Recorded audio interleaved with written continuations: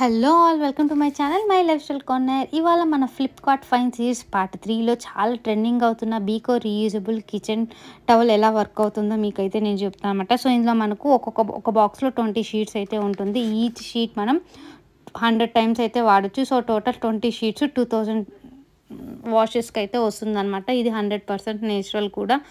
So wipe wash and use ఫార్ములాతో అయితే చూసుకోవచ్చు. నేను కొన్నప్పుడు ప్రైస్ 247, ప్రెజెంట్ అయితే 227 ఉంది. సో ఈ విధంగా మనకు షీట్స్ 20 ఉంటాయి. సో ఈజీగా మనం పీల్ అయితే చేసుకోవచ్చు. ఇప్పుడు నేను కిచెన్ మార్బుల్స్ మీద అయితే ఆయిల్ స్టెయిన్స్ ఉన్నాయి. ఈజీగా వైప్ చేసుకోవచ్చు. అండ్ ఈ గ్యాస్‌లో నేను 2-3 డేస్ క్లీన్ చేయలేదు. ఇది యూజ్ చేద్దామని. సో జస్ట్ నేను ఇలా వైప్ చేయంగానే ఆయిల్ స్టెయిన్స్ అన్నీ వచ్చేసాయి.